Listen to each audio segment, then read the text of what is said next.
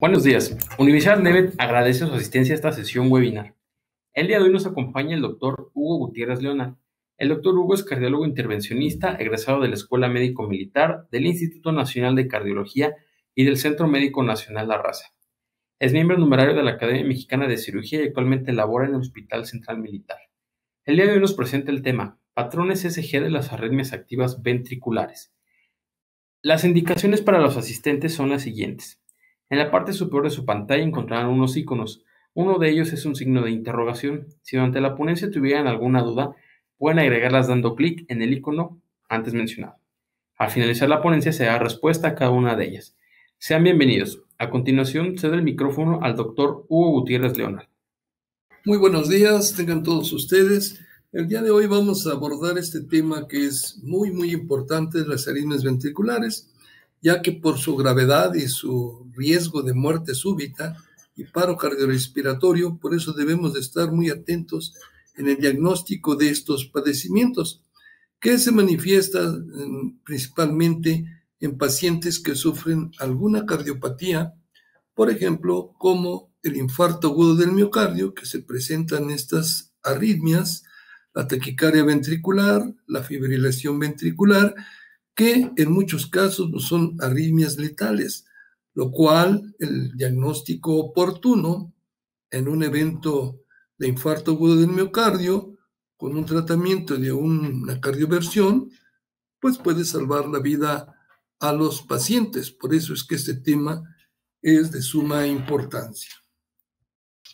Antes de iniciar esta charla, como ya es una costumbre, pues quiero agradecer al comité organizador de LEVET y a mis maestros de electrofisiología y arritmias del Instituto Nacional de Cardiología, que han inspirado a muchos cardiólogos y en particular al de la voz, por ejemplo, al doctor González Hermosillo, un cardiólogo muy dedicado que él ha aportado conceptos a las arritmias cardíacas y especialista en electrofisiología, el doctor Colín, otro electrofisiólogo que inspiró a muchos cardiólogos en cuanto a esta especialidad, y al doctor Pedro Iturralde, quien ha elaborado un libro muy práctico de las arritmias ventriculares, y gracias a sus aportaciones muchos cardiólogos hemos comprendido y tratado mejor a nuestros pacientes que padecen estas arritmias. Bien, en esta transparencia recordemos el esquema de Lewis.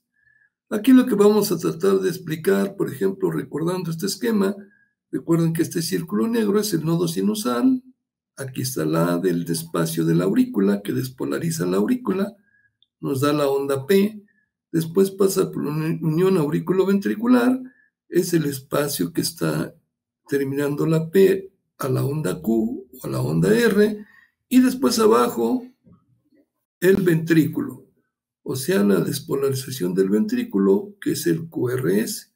Entonces, esto es lo normal, nodo sinusal, despolariza la aurícula, la unión AB y el ventrículo, y nos da el QRS. ¿Qué pasa cuando un latido ectópico sale del ventrículo?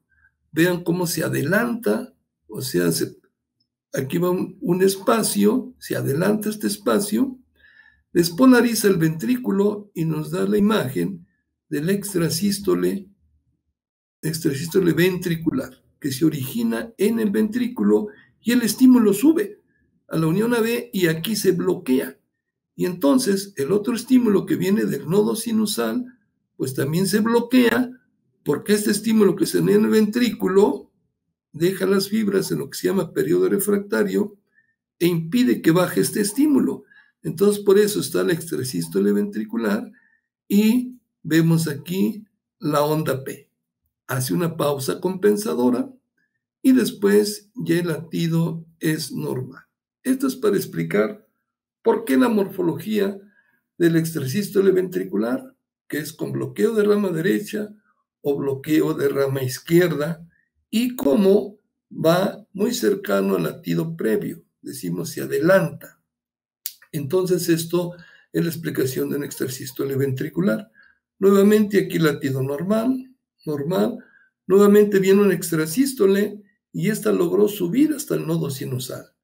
y entonces no sale latido del nodo sinusal, y vean cómo después la onda P cae inmediatamente, pero la estimula desde abajo el ventrículo, y vean, por eso está dentro del QRS, y hace la pausa compensadora, y después ya viene lo normal. O sea, el extrasístole ventricular es una imagen, un QRS ancho, la imagen de bloqueo de rama derecho o izquierdo, que se adelanta el latido y que tiene una pausa compensadora. Esa es la definición de un extrasístole ventricular.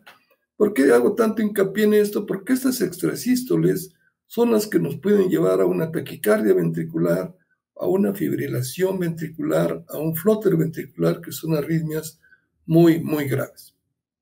Nuevamente otra vez el estímulo. Aquí lo que vemos que sale latido en el ventrículo. Al salir en el ventrículo, pues está ensanchado el QRS y aquí se bloquea. Ya no logra subir hacia la aurícula. Viene un estímulo de la aurícula y como aquí se estaba recuperando esta zona, el latido baja más lentamente, lo que se ejemplifica con un PR prolongado. Lo que vemos en estas imágenes pues son la clasificación que hizo Long de las arritmias de las extrasístoles ventriculares. Pues aquí vemos extrasístoles ventriculares, ¿sí?, frecuentes. Aquí lo vemos las extrasístoles. Aquí las extrasístoles se llaman pareadas. Aquí una salva de extrasístoles ventriculares, que si esto persiste, pues es una taquicardia ventricular. Aquí la imagen de R, esto si cae sobre la onda T nos puede hacer una taquicardia o una fibrilación ventricular, y aquí una salva de taquicardia ventricular. Entonces, esto nos da la gravedad de las arritmias. Si solamente hay extrasístoles, aunque sean frecuentes, pero no hay cardiopatía isquémica, es un paciente joven, bueno, la gravedad es menor que si, por ejemplo, presenta en pares o en salvas, y el paciente pues, tuvo un infarto agudo del miocardio, sabemos que tiene cardiopatía isquémica, tuvo un infarto antiguo, se le realizó angioplastía. Bueno, pues esos pacientes, si presentan esto, es de gravedad y pueden desencadenar una taquicardia, una fibrilación ventricular, como veremos más adelante, o incluso muerte súbita. Entonces, por eso es muy importante esta clasificación, porque nos dice la gravedad de la presencia de las extrasístoles ventriculares. Aquí lo que vamos a ver es también hay lo que se llama parasístole. La parasístole, la diferencia con la extrasístole es que este acoplamiento que se llama es variable. Si ustedes ven la distancia de aquí a la extrasístole y esta distancia del latido previo normal al extrasístole es mayor. Entonces se llama el acoplamiento es variable. Entonces esto es muy importante porque la parasistolia es muy similar al extrasístole ventricular, pero su gravedad es menor. Tiene menos riesgo de producir taquicardias ventriculares, fibrilación ventricular o muerte súbita. Y aquí, por ejemplo, está la parasistolia, y aquí este latido que está entre este latido y la parasistolia, pues es una fusión que cuando esto también nos apoya a hacer el diagnóstico de una parasistolia, que también se presenta esta fusión en la taquicardia ventricular. Más adelante veremos las taquicardias ventriculares. Recordemos también que las extrasístoles ventriculares, si son con morfología de bloqueo de rama derecha, vienen del ventrículo izquierdo, su origen. Y a la inversa, si tienen bloqueo de rama izquierda, su origen es del ventrículo derecho. Entonces, por ejemplo, aquí lo que vamos a ver en esta tabla, pues hay varios tipos de taquicardias ventriculares. Y las taquicardias ventriculares idiopáticas, como aquí lo señala, bueno, pues su origen es en varios sitios, desde el anillo tricuspidio, el tracto de salida del ventrículo derecho, ¿sí?, que pueden ver su frecuencia, es la más frecuente de estas taquicardias ventriculares idiopáticas. Por ejemplo, por debajo de la válvula aórtica, su porcentaje es muy bajo. Concentrémonos en este, que es lo más frecuente. En su electrocardiograma tienen bloqueo de rama izquierda. Más adelante veremos varios ejemplos. El QRS hasta la derecha. El QRS en D2 de trífe hay onda R, ¿sí? Que es una característica. Y la morfología del QRS en B1, que esto es muy importante, tiene QS o RS. Y otra característica, que la transición de RS generalmente está más allá de B4. Estos dos puntos, la morfología de B1 y esto de la transición de RS, es muy importante porque nos puede decir de dónde está el origen de la taquicardia ventricular o apoyarnos si es una taquicardia ventricular, que es más grave que una taquicardia supraventricular. Hay taquicardias supraventriculares que se aberran o dan el QRS ancho porque pasan por la fibra derecha o izquierda de las de His, y ahí se aberran, se ensancha el QRS y puede ser muy similar a la taquicardia ventricular. Entonces, ¿qué recomendamos nosotros cuando el paciente tiene una taquicardia con QRS ancho? Lo que debemos de valorar es si el paciente está estable o si está inestable. Si el paciente está estable, pues nos da tiempo de ver diferentes características de la taquicardia ventricular o supraventricular y hacer el diagnóstico si es de origen ventricular o supraventricular. Pero si el paciente está inestable con una taquicardia de QRS ancho y tiene antecedentes de cardiopatía isquémica principalmente, lo que debemos de hacer es una cardioversión o un electrochoque de unos 200-300 joules. Aquí está, por ejemplo, tiene bloqueo de rama izquierda, igual el eje eléctrico a la derecha. Si ustedes pueden ver, es muy similar al anterior. El QRS en B1 varía, ¿sí? Ya no está el QS como aquí lo vemos, ¿sí? Y aquí la transición está entre B2 y B3. Y esta está más allá de B3. Seguramente empieza en B4, como señalaremos algún ejemplo. Taquicardias idiopáticas, pero que se originan en los fascículos, ¿sí? En el ínfero posterior, tienen esta característica. Tienen bloqueo de la rama derecha, ¿sí? Y vean, por ejemplo, la morfología B1 tiene R alta y R en B1. En el eje de transición es muy cercano, está en B1. Este tipo de taquicardias pues, también es del 10 al 20%. Aquí, por ejemplo, vemos un paciente con una taquicardia que tiene su origen con morfología de bloqueo de rama derecha. Vean, B1, pues está R empastada, B2, B3, ¿sí? Es una taquicardia con imagen de bloqueo de rama derecha. Y el eje eléctrico está a la izquierda, ABF, D3, ¿sí?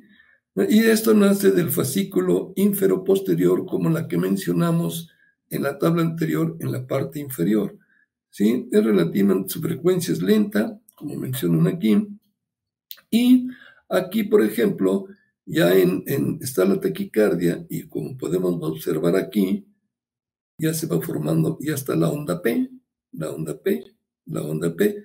Aquí se dio este tipo de taquicardia idiopática ventricular que se origina en el fascículo ínfero-posterior. Aquí un paciente con imagen de taquicardia ventricular con morfología de bloqueo de la rama izquierda, como pueden ver, ¿sí? Esto es lo que llamamos RS o QS de este tipo de pacientes, que nos va a dar un patrón que es muy importante, una característica que nos apoye si es de origen supraventricular o si es de origen infraventricular, porque este es el que exista QS. En B1 nos apoya que sea taquicardia ventricular. Y más adelante una medición que se llama nadir, que va aquí de esta pequeña onda R, bajamos una vertical al espacio de la S y tiene que ser más de 100 milisegundos. Son otro dato que nos apoya que si hay una taquicardia ventricular. Y esto es lo que les decía de la transición. Aquí está QS, RS, RS, y aquí en B4 la transición ya tiene R. Este es el cambio de transición. Como mencionan aquí, cambio brusco de R más allá de B3. Esto nos apoya una taquicardia ventricular. El doctor Brugada, electrofisiólogo de español con un alto prestigio muy importante, él nos trata de poner este esquema para tratar de diferenciar la taquicardia ventricular de una taquicardia supraventricular aberrada. Y menciona el primer paso: si no hay ninguna morfología RS en ninguna derivación, o sea que existan solamente QS de B1 a B5 a B6, ¿sí? Si no hay ninguna morfología de RS, dice, entonces el diagnóstico apoya a más a taquicardia ventricular. Si esto es falso, hay RS. Bueno, entonces se hace otra pregunta. Si lo que les mencionaba, el nadir, que es RS mayor de 100 milisegundos, que aquí está ejemplificado. Vean, aquí está B1, cómo está una pequeña R, un empastamiento y la S. Entonces, de donde empieza la onda R, trazan una línea vertical hacia abajo y luego una horizontal a la S, y si esto es más de 1000 milisegundos, o sea, más de 2,5 cuadritos, esto, si es cierto, apoya más a taquicardia ventricular.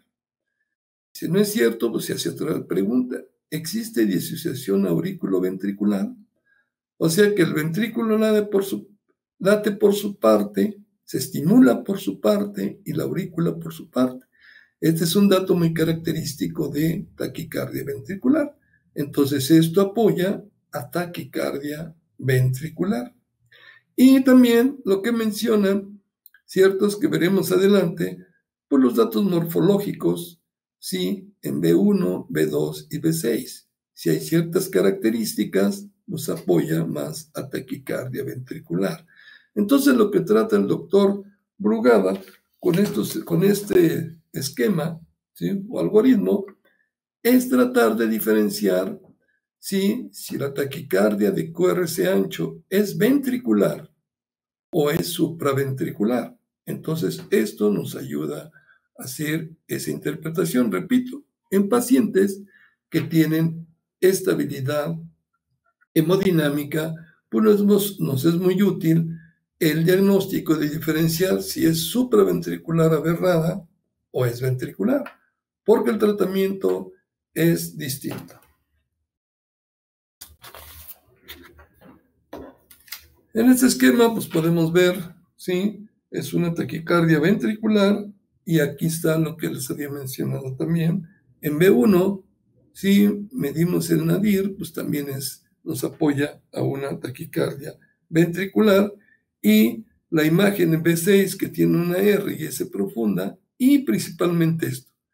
Estos son los latidos auriculares y estos los ventriculares. Entonces, como pueden ver, no coincide el auricular con el ventricular. Miren, aquí está, acá hay el auricular, el ventricular. Entonces, esto se llama disociación aurículo-ventricular, y esto nos apoya a una taquicardia ventricular. Este esquema, como podemos ver aquí, lo que mencionaba el algoritmo de Brugada, si desde B1 hasta B6 vemos QS, QS, QS, QS pues está en todas las derivaciones. Esto apoya que sea una taquicardia ventricular. Y 2, aquí se mide el nadir.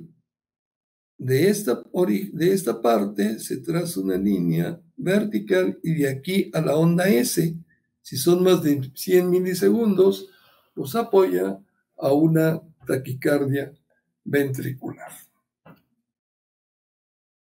Eso es lo interesante de este trazo. Y en este podemos ver lo que les mencionaba de las características de B1 y en B6 de la morfología del QRS. Analizando muchos electrocardiogramas, ellos encontraron que a favor de ectopia, o sea, la taquicardia ventricular, podemos ver estas morfologías en B1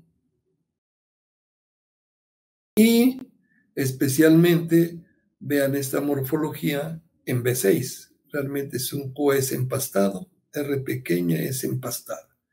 Esto es muy importante porque en B6 nos ayuda a hacer el diagnóstico de taquicardia ventricular. Así como en BR, ustedes pueden ver un empastamiento inicial, ¿sí? O estas imágenes por este autor que demostró que si estas imágenes están en una BR, pues apoya más a taquicardia ventricular.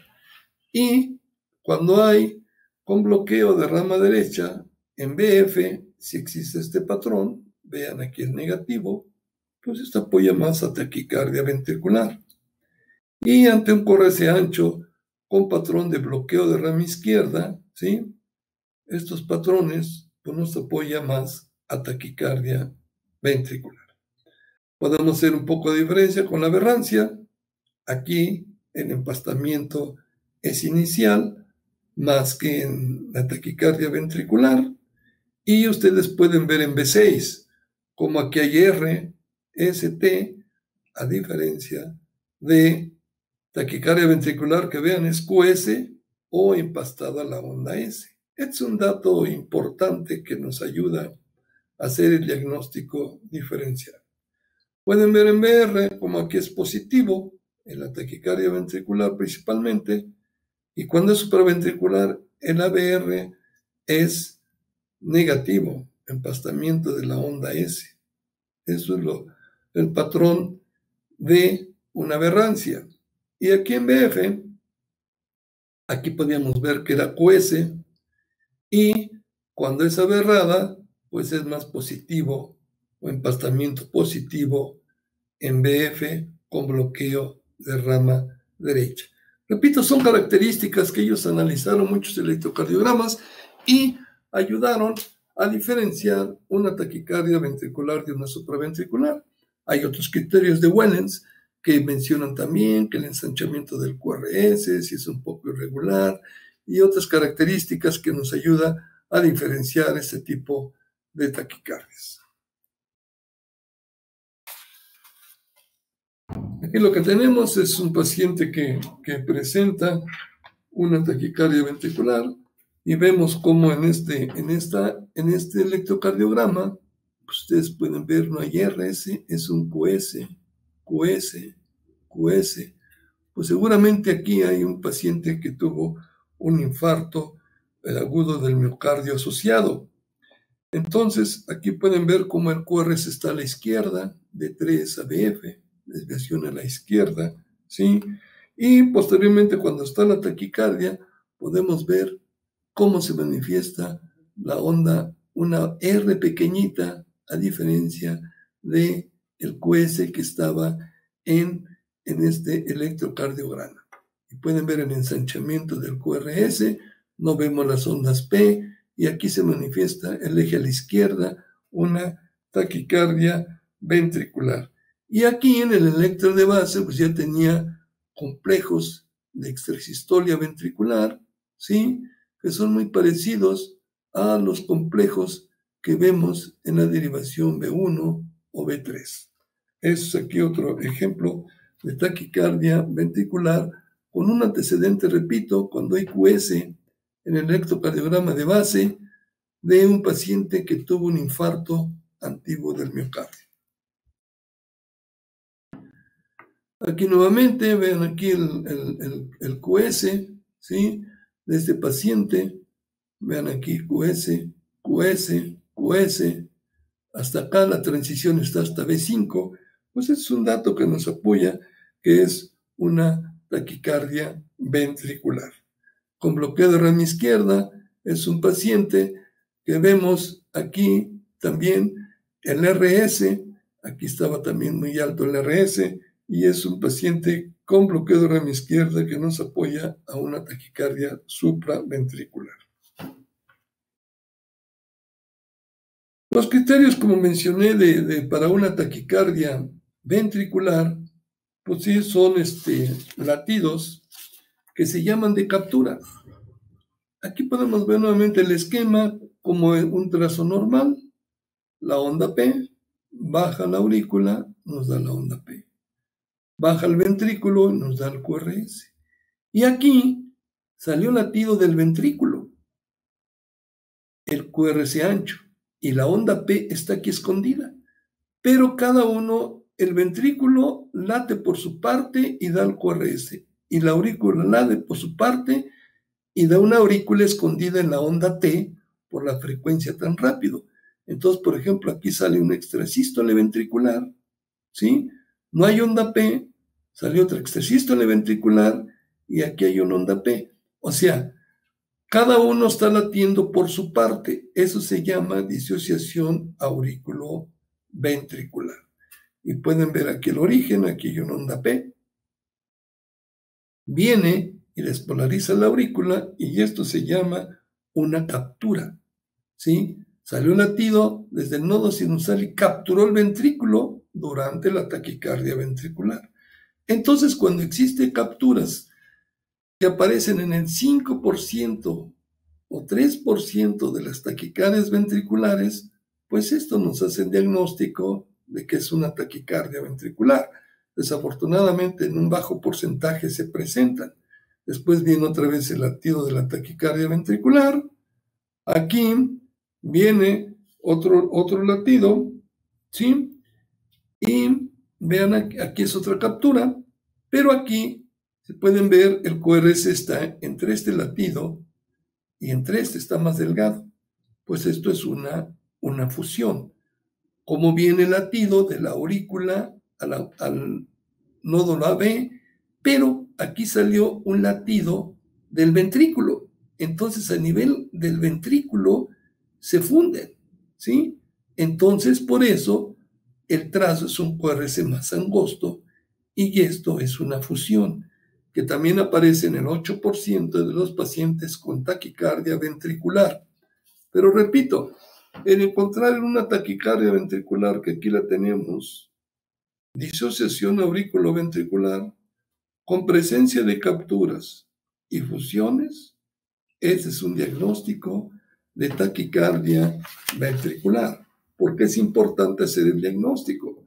Porque si tiene antecedente de infarto agudo del miocardio o infarto antiguo, o que haya sido revascularizado o con aplicación de angioplastia más stents y presenta estos trazos, pues hay que valorarlo para si llena los criterios de implantar un cardioverter desfibrilador. ¿En qué consiste? Es una fuente de energía que lleva electrodos al ventrículo y hace una descarga interna. Entonces, si se presenta la taquicardia ventricular, ese cardioverter desfibrilador da una descarga interna y quita la taquicardia ventricular y eso evita la muerte súbita o una fibrilación ventricular, que es una arritmia que propiamente pues no hay contractilidad miocárdica y eso conduce al paro cardiorrespiratorio. En ese trazo lo que podemos ver aquí en este trazo aquí donde está se origina una taquicardia supraventricular. Podemos ver cómo aquí, ¿sí? Está más picudo.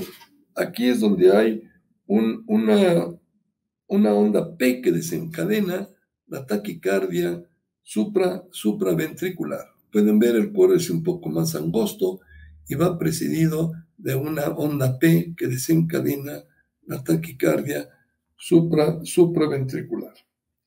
En pacientes, la taquicardia de QRS ancho, ya mencionamos, es de origen ventricular, que es la taquicardia ventricular. Pero hay taquicardias supraventriculares que al pasar por la rama derecha o izquierda se aberran y da una taquicardia aberrada muy parecida a la taquicardia ventricular.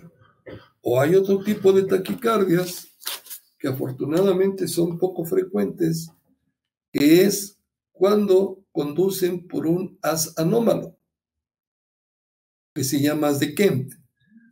Cuando esas taquicardias hacen taquicardias supraventriculares de QRS angosto, pero si la reentrada es inversa, o sea que baja la taquicardia por la vía accesoria, nos da una taquicardia de QRS ancho, que eso es lo que tenemos que tener cuidado en el diagnóstico, porque estas taquicardias también pues, nos llevan a la fibrilación ventricular y también requieren un estudio electrofisiológico para quemar la fibra del haz de Kent. Ese es su tratamiento. Como pueden ver, por eso es de utilidad o tratar de hacer el diagnóstico diferencial entre taquicardia ventricular y supraventricular. Yo sé que en un inicio no es sencillo, yo no quiero ir tomando experiencia en estos tipos de trazos, pero el mensaje que les llevo es que no todo taquicardia con QRS ancho es una taquicardia ventricular. O hay otros haces que van del atrio del ventrículo y que a veces dan una taquicardia con QRS ancho, con morfología de bloqueo de ramo izquierdo, que es por una fibra de Mahain, y que también en esos casos, pues el tratamiento es con radiofrecuencia quemar la fibra y con eso queda resuelto el problema.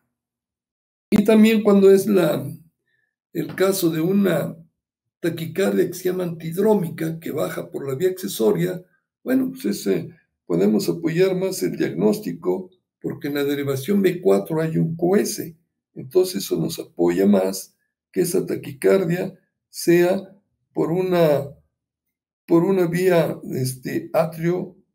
atriofascicular. Perdón, ahí me confundí. Y cuando es el haz de Kent, tiene una onda R alta en B3. Son características muy específicas, pero con un momento dado nos ayudan a orientarnos para hacer el diagnóstico de estas arritmias. Por ejemplo, en estos trazos pues es una taquicardia polimorfa, ¿sí? Pueden ver la altura de los latidos de la taquicardia ventricular y la más frecuente que se llama torsade point, o sea, torcedura de la punta. Pueden ver estos complejos de la taquicardia ventricular y aquí como si se torciera y se vuelve positiva. Esta es la torcedura de la punta, que es la taquicardia ventricular más frecuente del tipo de la polimorfa. Vean, aquí está muy característico, en esta imagen también. Esta es una taquicardia ventricular. La taquicardia supraventricular nunca da esta imagen de que sea positivo y se tuerce aquí y hace negativa. Esta es una taquicardia ventricular, sale a ritmo sinusal y posteriormente, vean, este es un extrasístole que nos puede indicar que puede desencadenarse nuevamente la taquicardia ventricular. Y esto, pues desafortunadamente, se presenta en pacientes jóvenes que tienen el síndrome del QT largo. Ya habíamos mencionado que el QT largo se menciona de aquí hasta donde termina onda T, y los que tienen prolongado del QT, pues sí, pueden presentar este tipo de arritmias. Y el tratamiento de este tipo de arritmias con el QT largo, pues es implantar un cardioverter desfibrilador para evitar el riesgo de muerte súbita. Aquí está nuevamente ejemplificado cómo está la taquicardia ventricular. Aquí tuerce y se vuelve positiva, ¿sí? Aquí nuevamente un tipo de taquicardia monomorfa, pues pueden ver la característica de las QRS son muy similares. Aquí lo que podemos ver nuevamente, recordando, aquí están los latidos normales, extrasístoles. Pueden ver en la taquicardia que se originó aquí este latido más angosto que este, pues son fusiones que, repito, cuando se presentan es una característica que nos hace para los problemas ventriculares. En este caso, sí, es un ritmo idioventricular. No se llama taquicardia porque su frecuencia, como podemos ver, es menos de 100 latidos por minuto. Y las taquicardias ventriculares, su característica es que sean de más de 100 latidos por minuto. Como es menos, se llama un ritmo idioventricular, QRS ancho, la frecuencia es menos de 100 y hay latidos de fusión.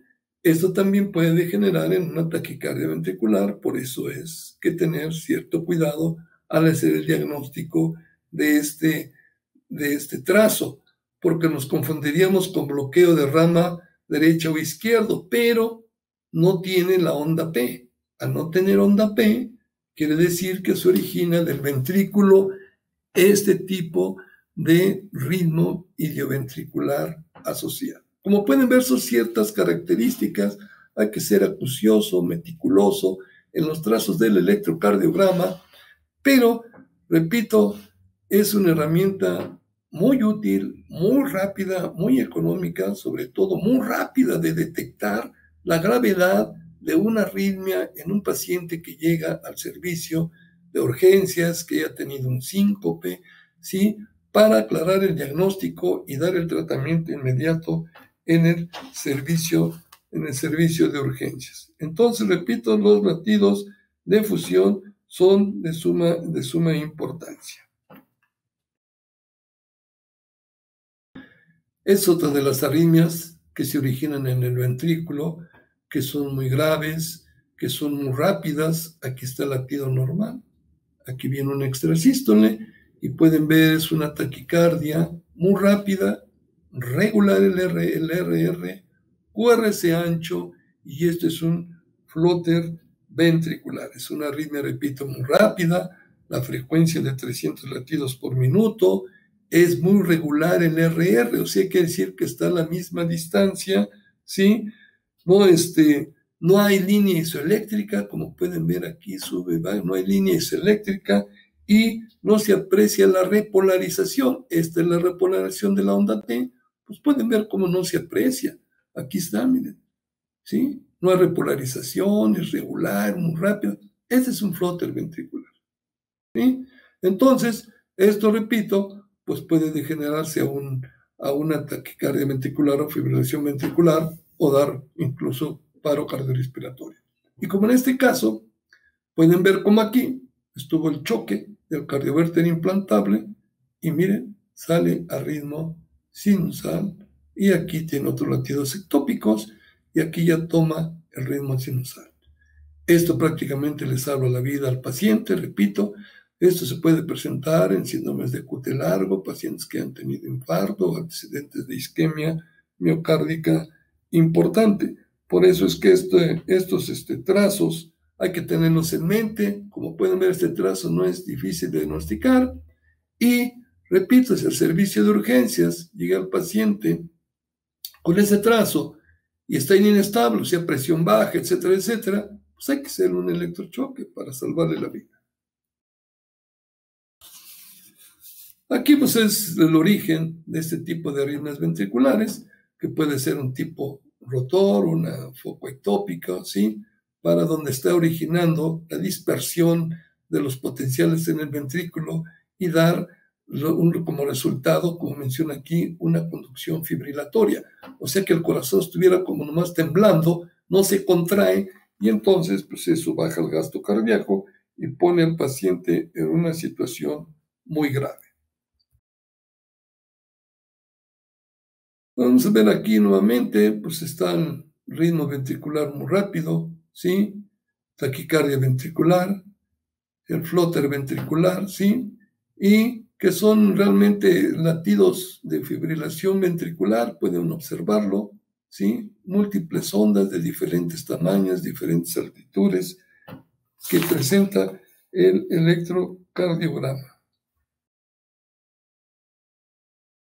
Aquí en esta imagen, nuevamente, pues lo que tenemos es, aquí van latidos normales y de pronto pueden ver, aquí es irregular, diferentes morfologías, muy rápida, propiamente aquí el corazón no está latiendo y eso es el diagnóstico de una fibrilación ventricular, que son de las arritmias más graves que inmediatamente al ver esta imagen, ¿sí?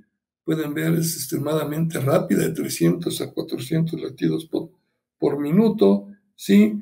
Y no hay onda isoeléctrica, el paciente está inestable y hay que dar un electrochoque de 100, de 200 o 300 joules para lograr quitar esta arritmia. Me parece que esta es la última transparencia. Pues como pueden ver, son arritmias muy graves de las cuales hay que tener, los patrones no son muy complejos de hacer el diagnóstico y un electrochoque puede salvar la vida de estos pacientes. Repito, son principalmente en pacientes que hayan presentado un infarto agudo del miocardio. Por eso que es interesante tener estos patrones del electrocardiograma, de estas arritmias ventriculares que en un momento dado se salva al paciente la vida con un electrochoque. Pues por mí es todo, les agradezco su atención, yo espero que esto haya aportado datos para hacer el diagnóstico de estas enfermedades. Perfecto, muchas gracias doctor por su colaboración una vez más con Universidad Levet. Muy bien, pues agradecemos la asistencia a todos nuestros asistentes a esta presentación. Damos también nuestro reconocimiento al doctor Hugo Gutiérrez Leonard por ser partícipe una vez más de las sesiones de Universidad Levet. Y los invitamos a que estén pendientes de nuestras próximas sesiones. Hasta la próxima.